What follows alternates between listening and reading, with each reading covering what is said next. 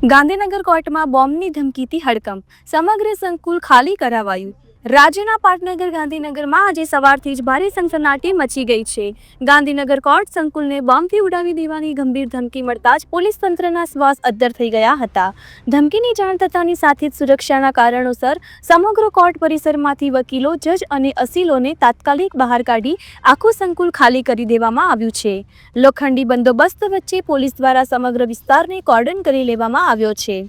ઘટનાની ગંભીરતાને જોતા bomb squad અને ડોગ સ્ક્વોડની ટીમો ઘટના સ્થળે પહોંચી ગઈ છે અને કોર્ટના દરેક રૂમ તેમજ પાર્કિંગ એરિયામાં સઘન ચેકિંગ હાથ ધરવામાં આવ્યું છે.